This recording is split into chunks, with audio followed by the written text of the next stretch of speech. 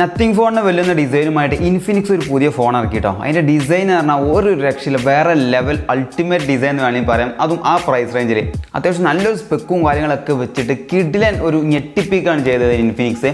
So നമ്മുടെ സ്വന്തം ഇൻഫിനിക്സിൻ്റെ GT10 Pro എന്ന് പറഞ്ഞ ഫോണിനെ പറ്റിയാണ് നമ്മൾ ഈ വീഡിയോയിൽ സംസാരിക്കാൻ പോകുന്നത് കേട്ടോ.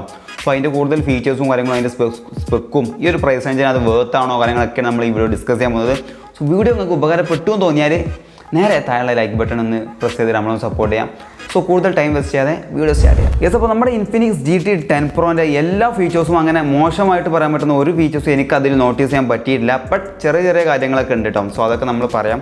ഈ ഫോൺ എടുക്കാതിരിക്കാനുള്ള കാരണങ്ങളുണ്ട്, എടുക്കാനുള്ള കാരണങ്ങളുണ്ട്.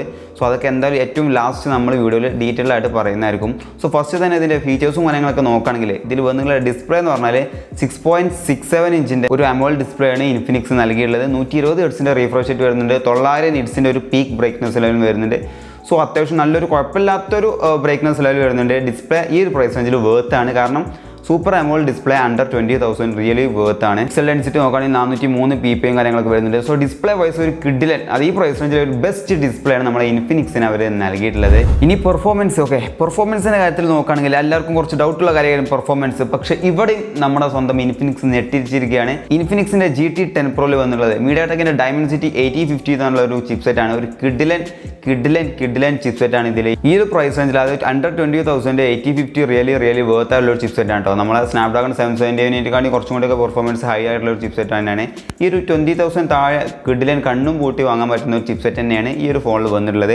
ഒരു 6 നാനോമീറ്റർ ഫാബ്രിക്കേഷൻ ടെക്നോളജി ബേസ്ഡ് ആയിട്ടുള്ള ഒരു ചിപ്സെറ്റ് ആണ് കേട്ടോ. പിന്നെ ഈ ഫോണിൻ്റെ GPU കാര്യങ്ങളൊക്കെ നോക്കുകയാണെങ്കിൽ മാലിയുടെ G77 MC9 എന്നുള്ളൊരു GPU ആണ് ഇതിൽ ഇൻഫിനിക്സ് നൽകിയുള്ളത്. അഡ്രിനോ കൊടുക്കാമായിരുന്നു, കുറച്ചും കൂടി ബെറ്റർ ആയിരുന്നു. പക്ഷേ ഈ പ്രൈസ് റേഞ്ചിൽ റിയലി വേർത്ത് തന്നെയാണ് കേട്ടോ. റാം നോക്കുകയാണെങ്കിൽ LPDDR4Xൻ്റെ റാം വരുന്നുണ്ട്. സ്റ്റോറേജ് നോക്കുകയാണെങ്കിൽ UFS 3.1 ആണ് സ്റ്റോറേജും വരുന്നത്. അതൊക്കെ അത്യാവശ്യം നല്ലൊരു ടോപ്പിൽ എത്തിക്കാൻ ഇൻഫിനിക്സ് ശ്രമിച്ചിട്ടുണ്ട് കേട്ടോ. ഈ ഒരു പ്രൈസ് റേഞ്ചിൽ എനിക്ക് റിയലി ഞാൻ എടുത്തു പറഞ്ഞത് ഇതിൻ്റെ പ്രൈസാണ്. ഇൻഫിനിക്സിൻ്റെ XOS 13 ബേസ്ഡ് ആയിട്ടുള്ള ആൻഡ്രോയിഡ് 13 ഈ ഒരു ഫോൺ വർക്ക് ചെയ്യുന്നത് കേട്ടോ. സോ നിങ്ങൾ എത്ര ആളുകൾ അത് യൂസ് ചെയ്തുകൊണ്ട് എനിക്കറിയില്ല. സോ നിങ്ങൾ എന്തായാലും അതിൻ്റെ ഡീറ്റെയിൽ ഉള്ള റിവ്യൂ കണ്ടതിന് ശേഷം മാത്രമേ ഫോൺ എടുക്കാവൂ. സോ പെർഫോമൻസ് വൈസ് എനിക്ക് ഒരു പ്രോബ്ലംസും തോന്നിയില്ല.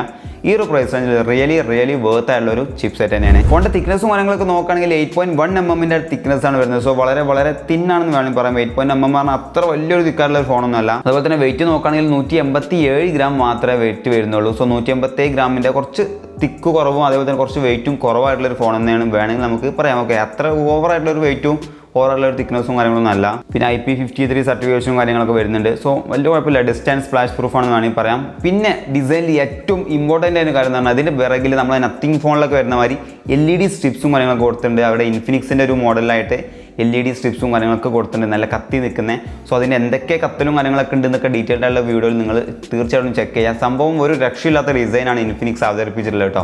ഈ ഒരു പ്രൈസ് റേഞ്ചിൽ ഈ ഒരു ഡിസൈൻ 100% വേർത്താണ്. നത്തിങ് ഫോൺ അത്യാവശ്യം പ്രീമിയം ലെവലുള്ള ഒരു ഫോണാണ് കേട്ടോ. സോ അതിനൊരിക്കലും ഞാൻ കമ്പയർ ചെയ്യില്ല. പക്ഷേ ഡിസൈൻ വൈസ് രണ്ടും കിഡിലനാണ്. അതിനെ വെല്ലുന്ന ഡിസൈനാണ് വേണമെങ്കിൽ ഇതിൽ പറയാം. ചീപ്പസ്റ്റ് ഫോണാണിത്, കാരണം അതിൻ്റെ അത്ര പ്രീമിയം സെഗ്മെൻറ്റിൽ വരുന്ന ഫോണല്ല. പക്ഷേ ഡിസൈൻ വൈസ് എനിക്ക് കുറച്ചുകൂടി ബെറ്റർ ആയിട്ട് തോന്നിയത്, അല്ലെങ്കിൽ കുറച്ചുകൂടി വാല്യൂബിൾ, കുറച്ചുകൂടി വേർത്ത് ആയിട്ട് തോന്നിയത് ഇൻഫിനിക്സ് ആണ്. ക്യാമറ നോക്കുകയാണെങ്കിൽ ഇതിൽ ട്രിപ്പിൾ ക്യാമറ സെറ്റപ്പാണ് വന്നുള്ളത്. 108 മെഗാപിക്സലിൻ്റെ ഒരു പ്രൈമറി ലെൻസ്, 2 മെഗാപിക്സലിൻ്റെ ഒരു ഡെപ്ത് സെൻസർ, 2 മെഗാപിക്സലിൻ്റെ ഒരു മാക്രോ സെൻസർ. അൾട്രാവൈഡിൻ്റെ ഒരു സെപ്പറേറ്റ് ലെൻസ് വരുന്നില്ല, പ്രൈമറി ലെൻസ് തന്നെയാണ് അൾട്രാവൈഡും കാര്യങ്ങളൊക്കെ ഷൂട്ട് ചെയ്യുന്നത്.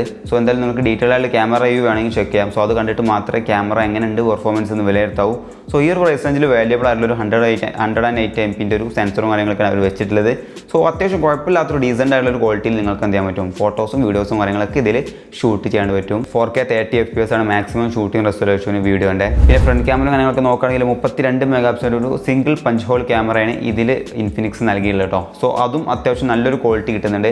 നമുക്ക് 2Kയിൽ വീഡിയോസ് റെക്കോർഡ് ചെയ്യാൻ പറ്റും എന്നൊരു ഇത് ഞാൻ കണ്ടു. എന്തായാലും 1080p എന്തായാലും കിട്ടും. അതല്ല 2Kയിൽ ചെറുതായിട്ട് വീഡിയോ എടുക്കാൻ പറ്റും എന്ന് ഞാൻ അതിൻ്റെ ഒരു സ്പെക്കിൽ കണ്ടു. സോ നിങ്ങൾ എന്തായാലും ഡീറ്റെയിൽ ആയിട്ടുള്ള ഒരു ക്യാമറ റിവ്യൂ കണ്ടതിന് ശേഷം മാത്രമേ എടുക്കാവൂ. സോ ക്യാമറ വൈസ് എനിക്ക് അങ്ങനെ പ്രത്യേകിച്ച് ഇഷ്യൂ ഒന്നും തോന്നിയില്ല. ഒരു ആവറേജ് ആയിട്ടുള്ള ഒരു ക്വാളിറ്റി തരുന്ന ഒരു ക്യാമറ തന്നെയാണ് നമ്മുടെ സ്വന്തം ഇൻഫിനിക്സിൽ വന്നിട്ടുള്ളത്. പിന്നെ ബാറ്ററി കാര്യങ്ങളൊക്കെ നോക്കുകയാണെങ്കിൽ 5000 mAh ഒരു ബാറ്ററി വന്നിട്ടുണ്ട്. 45 വാട്ടിൻ്റെ ഒരു സൂപ്പർ ഫാസ്റ്റ് ചാർജർ നൽകിയിട്ടുണ്ട്. സോ ആ ഡിപ്പാർട്ട്മെൻറ്റും ഓക്കെയാണ്. 5000 mAh ബാറ്ററി, 45 വാട്ടിൻ്റെ സൂപ്പർ ചാർജ് വരുന്നുണ്ട്. എന്തായാലും വൺ ഡേ ഒന്നര ദിവസമൊക്കെ എന്തായാലും നമുക്ക് കൂളായിട്ട് ബാറ്ററി നിൽക്കാൻ ചാൻസ് ഉണ്ട്. അതുപോലെ തന്നെ 45 വാട്ടിൻ്റെ ഫാസ്റ്റ് ചാർജർ ഉണ്ടായതുകൊണ്ട് അത്യാവശ്യം നല്ലൊരു ഫാസ്റ്റ് ആയിട്ടുള്ള ഒരു ചാർജിങ് നമുക്കിവിടെ അവൈലബിൾ ആണ്. പിന്നെ മറ്റുള്ള ഫീച്ചേഴ്സൊക്കെ നോക്കുകയാണെങ്കിൽ അത്യാവശ്യം 5G ബാൻഡ്സ് ഒക്കെ വരുന്നുണ്ട്. 13-14 5G ബാൻഡ്സ് ഒക്കെ വരുന്നുണ്ട്. സോ 5G ബാൻഡ്സിൻ്റെ കാര്യത്തിൽ അങ്ങനെ ഇഷ്യൂസോ കാര്യങ്ങളോ ഒന്നുമില്ല. പിന്നെ ഇൻ ഡിസ്പ്ലേ ഫിംഗർ പ്രിന്റും കാര്യങ്ങളൊക്കെ വരുന്നുണ്ട്. പിന്നെ ഗെയിമേഴ്സിനാണെങ്കിൽ 3.5 mm ഹെഡ്ഫോൺ ജാക്കും കാര്യങ്ങളൊക്കെ വരുന്നുണ്ട്. പിന്നെ സ്റ്റീരിയോ സ്പീക്കേഴ്സ് വരുന്നുണ്ട്. അങ്ങനെ എല്ലാവിധ ചെറിയ ഫീച്ചേഴ്സൊക്കെ പറ്റുന്ന എല്ലാ ഫീച്ചേഴ്സും അവർ ഇതിനുള്ളിൽ കുത്തി നിറക്കാനായിട്ട് ശ്രമിച്ചിട്ടുണ്ട്. സോ അക്കാര്യത്തിൽ എനിക്ക് ഇൻഫിനിക്സിന് ഒരു തംസപ്പ് വേണമെങ്കിൽ കൊടുക്കാം കേട്ടോ. പറ്റുന്ന എല്ലാ ഫീച്ചറും അവരെ കൊണ്ട് പറ്റുന്നതൊക്കെ അവർ ഇതിൻ്റെ ഉള്ളിൽ എന്ത് ചെയ്യുന്നുണ്ട്, അടിച്ച് കയറ്റി വെച്ചിട്ടുണ്ട്. പിന്നെ അത് മാത്രമല്ല ഡെഡിക്കേറ്റഡ് ആയുള്ള ഒരു സ്ലോട്ട് വരുന്നുണ്ട്. അതായത് നമുക്ക് 2 സിമ്മും ഒരു മെമ്മറി കാർഡും അറ്റ് ടൈമിൽ യൂസ് ചെയ്യാൻ പറ്റുന്ന ഒരു സിം കാർഡ് സ്ലോട്ട് വരുന്നുണ്ട്. ഡുവൽ 5G കാര്യങ്ങളൊക്കെ സപ്പോർട്ട് ചെയ്യുന്ന ഒരു ചിപ്പ് സെറ്റ് തന്നെയാണ്. സോ എന്തായാലും ഫൈനലി ഇതിൻ്റെ പ്രൈസ് നോക്കുകയാണെങ്കിൽ 256 GB സ്റ്റോറേജ് വരുന്നുണ്ട്. പ്രൈസ് നോക്കുകയാണെങ്കിൽ 8 GB റാമും 256 GB സ്റ്റോറേജും വരുന്ന ഈ ഒരു ഫോണിൻ്റെ വില എന്ന് പറയുന്നത് 19,999 രൂപയാണ്. അതായത് 20,000 രൂപ മാത്രമേ ഉള്ളൂ ഇത്രയും സ്പെക്ക് വരുന്ന ഫോണിൻ്റെ വില എന്ന് പറയുന്നത്.